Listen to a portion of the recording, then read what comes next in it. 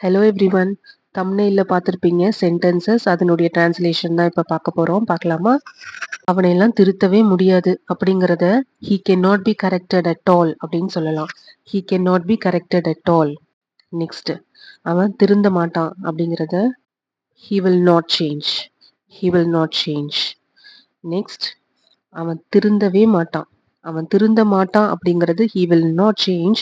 அவன் திருந்தவே மாட்டான் அப்படிங்கிறது he will never change. he will never change. அவன் திருந்தாத ஜென்மம் அப்படிங்கிறத he is an unchangeable person. இல்லைன்னா he is an unchangeable being.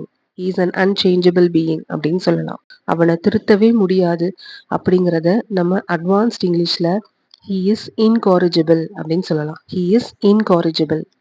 இந்த லெசன்ஸ் எல்லாம் உங்களுக்கு பிடிச்சிருக்கு அப்படின்னா மறக்காம லைக் பண்ணிருங்க. யூஸ்ஃபுல்லா இருக்கிறவங்களுக்கு ஷேர் பண்ணிருங்க.